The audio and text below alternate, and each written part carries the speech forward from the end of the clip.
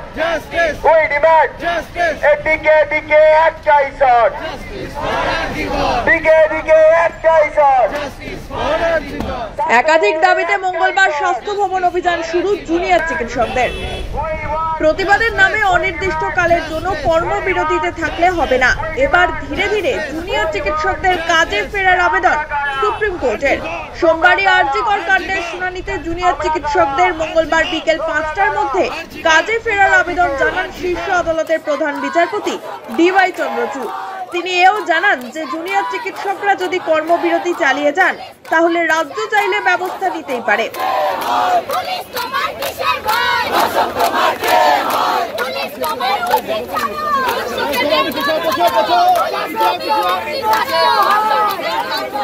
এদিকে মুখ্যমন্ত্রী মমতা বন্দ্যোপাধ্যায়ও জুনিয়র চিকিৎসকদের এবার কাজে ফেরার আবেদন জানিয়েছেন, কিন্তু জুনিয়র চিকিৎসকদের দাবি তাদের সুরক্ষা আগে নিশ্চিত করতে হবে। এছাড়াও আরজিকর কাণ্ডের ন্যায় বিচার চান তারা। তাদের শর্ত পূরণ করলে কর্মবিরতি তুলে দিয়ে আবার কাজে যোগ দেবেন তারা। এবার রাজ্য সরকারকে টাইম লাইন বেঁধে দিলেন জুনিয়র চিকিৎসকরা। 5 দফা দাবি রয়েছে তাদের, কিন্তু তা কি মানবে রাজ্য? উঠছে প্রশ্ন। 5 দফা দাবি পূরণের জন্য মঙ্গলবার করুণাময়ী থেকে মিছিল করে স্বাস্থ্য ভবন অভিযানের ডাক দিয়েছেন জুনিয়র চিকিৎসকরা। ইতিমধ্যেই শুরু হয়ে গিয়েছে সেই অভিযান।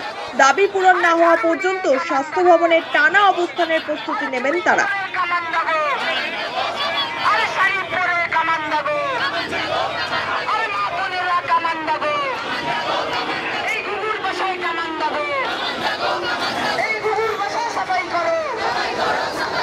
আজকে 5 দফা দাবি নিয়ে আমরা জুনিয়র ডাক্তারদের আজকে স্বাস্থ্য ভবন অভিযান।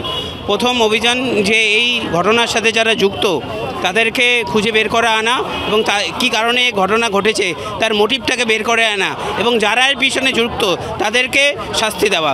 দ্বিতীয় হচ্ছে এই ঘটনার সাথে আমরা দেখেছি স্বাস্থ্য ভবনের শীর্ষ অধিকর্তারা এর সাথে যুক্ত। তারাই নির্দেশ দিয়েছিল যে আমরা চিঠিটা আমরা সামনে পেয়েছি, তারাই নির্দেশ দিয়েছিল যে যে জায়গায় ঘটনাটা ঘটেছে তার রিনোভেশন করা। এর সাথে এর সাথে যুক্ত ডিএমই, ডিএইচএস এবং হেলথ সেক্রেটারি তাদের অপসারণ আমরা দাবি করছি। 3 নম্বর দাবি যে আমরা দেখেছি কিভাবে আমাদের সুরক্ষা দিতে ব্যর্থ হয়েছে পুলিশ কমিশনার। 14 তারিখের রাতে আমাদের উপর হামলা হয়েছে, তাই বিনীত গোয়েলকে এই ঘটনার সম্পূর্ণ দায়ভার নিতে হয়, তাকে পদত্যাগ করতে হবে। 4 নম্বর দাবি হচ্ছে সমস্ত মেডিকেল কলেজ হাসপাতালগুলোতে যে সুরক্ষার যে কোনো বন্দোবস্ত নেই, আমাদের কাজের কোনো পরিবেশ নেই, এই পরিবেশটাকে ফিরিয়ে আনতে হবে, মানে কাজের সুবন্দোবস্ত করতে হবে। এবং 5 নম্বর পরিবেশ আমরা দেখছি যে সমস্ত মেডিকেল কলেজগুলোতে শাসক দলের পেটোয়া বাহিনী তাদের টিএমসিপির যারা বড় বড় নেতা তারা সাধারণ যে ছাত্রছাত্রী তাদেরকে থ্রেট দিচ্ছে, তারা যে ফ্যাকাল্টি রয়েছে তাদের থ্রেট দিচ্ছে, তাদের সাধারণ ছাত্রছাত্রীরা যাদের মুখ তুলে আওয়াজ না করতে পারে তাদেরকে না ধরনের ভয়ের পরিবেশ তাদের সৃষ্টি করা হচ্ছে। তাই আমরা চাই যে সমস্ত মেডিকেল কলেজগুলোতে টিএমসিপির যে নেতা দ্বারা যে ভয়ের পরিবেশ তৈরি হয়েছে সেই ভয়ের পরিবেশটাকে নির্মূল করা, এই 5 দফা দাবি নিয়েই আজকে আমাদের স্বাস্থ্য ভবন অভিযান। থেকে আমাদের বিভিন্নভাবে প্রেসারাইজ করছিল কাজে জয়েন করার জন্য। প্রথম দিকে দেখা যাচ্ছিল যে সিনিয়র ডাক্তারদের বিভিন্নভাবে সার্ভিস পিইটি বা এমওটিআর যাদের আছে তাদের প্রত্যেক ক্ষেত্রেই উপর থেকে চাপ দেওয়া হয়েছিল কাজে জয়েন করার জন্য।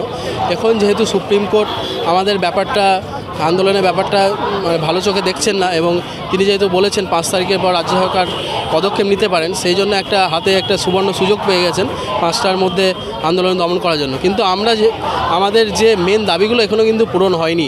আমরা যে চেয়েছিলাম এই ঘটনার সঙ্গে দায়ী যে সিপি কলকাতা পুলিশের কমিশনার তার অপসারণ, সেটা আমরা পাইনি। এই ঘটনার সঙ্গে যে মূল দায়ী যে অভিযুক্ত এবং যারা প্রত্যক্ষ পরোক্ষভাবে ঘটনাটাকে ধামাচাপা দেওয়ার চেষ্টা করছে তাদেরকে কিন্তু এখনও গ্রেপ্তার করা বা তদন্তের আয়ত্তে আনা হয়নি। এবং আমাদের যে সেফটি সিকিউরিটি এর দাবিগুলো এখনও পূরণ হয়নি। এবং সর্বোপরি কলেজে যে বিভিন্ন কলেজে ভয়ের রাজনীতি চলছে, একটা থ্রেট কালচার চলছে, সেই বিরুদ্ধে কিন্তু কোনো পদক্ষেপ এখনও নেওয়া হয়নি। সুতরাং সমস্ত দাবি না হওয়া পর্যন্ত আমরা কাজে ফিরতে পারি না। কারণ আমরা আমাদের হসপিটালে প্রিমাইসের মধ্যে আমরা সেফটি ফিল করছি না। কারণ বিভিন্ন কলেজে এখনও বিভিন্ন রকম থ্রেট কালচার, বিভিন্ন ভয় দেখানো চলছে। বিভিন্ন অজুহাতে ছাত্র দলের সংগঠক টিএমসিপি নেতারা বিভিন্নভাবে ভয় দেখাচ্ছে এবং তারা বিভিন্ন জুনিয়র ছাত্রদেরকে থ্রেটও দিচ্ছে। সুতরাং এই পরিস্থিতিতে আমাদের যতদিন না দাবি পূরণ হচ্ছে আমরা কাজে ফিরতে পারছি না।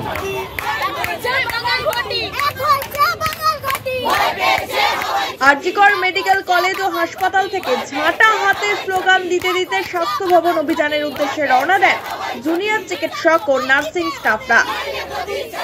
জুনিয়র চিকিৎসকদের স্বাস্থ্য ভবন অভিযান চলছে। তার আগে সল্টলেকের স্বাস্থ্য ভবনে আটো সাটো নিরাপত্তা করা হয়। গার্ডরেল দিয়ে এলাকা ঘিরে ফেলা হয়।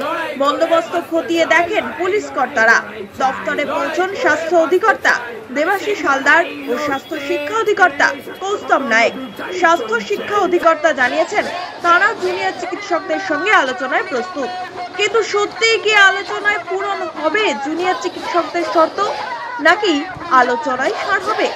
কবে কর্মবিরতি তুলে আবারও কাজে ফিরবেন জুনিয়র চিকিৎসকরা? এখন সেদিকেই তাকিয়ে গোটা Bangla. Bureau report, one India Bangla.